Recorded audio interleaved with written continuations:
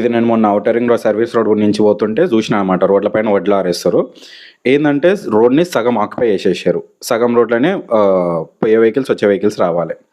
మార్నింగే దానిపైన ఏంటంటే మొత్తం రాళ్ళు పెడతారు. రాళ్ళు పెడితే ఏమైపోతుంది అంటే పుసుకుని ఒక బండి ఎక్కిందంటే యాక్సిడెంట్ అయిపోతుంది. బండి ఒక రేంజ్లో తిరిగి పడుతుంది. అండ్ నైట్ ఏం చేస్తారు అంటే వడ్ల పైన బ్లాక్ కవర్ కట్టేసి దాని మీద ఆనే పెట్టేస్తారు. సడన్గా బండి స్పీడ్ వస్తుంది, చూసుకోక ఏమైపోతుంది, దాన్ని తాకి యాక్సిడెంట్ అవుతుంది. ఇప్పుడు ఏమైపోతుందంటే మీరు వడ్లు ఆరేస్తారు, రైతులని ఏమంటలేను, ఎందుకంటే వడ్లు ఆరేసుకోవచ్చు అది కాదు, కానీ రోడ్ల పైన వేస్తే ఏమైపోతుంది అంటే నైట్ వచ్చి ఒక బండి తాకిందంటే యాక్సిడెంట్ అయిందంటే పుసుకుని ఒక మిడిల్ క్లాస్ ఫ్యామిలీ ఒకరికి 5 లక్షలు 6 లక్షలు అయితే హాస్పిటల్ ఖర్చు. ఇంకా నాకు తెలిసిన వాళ్ళకి 4-5కి అయ్యింది అట్లా యాక్సిడెంట్.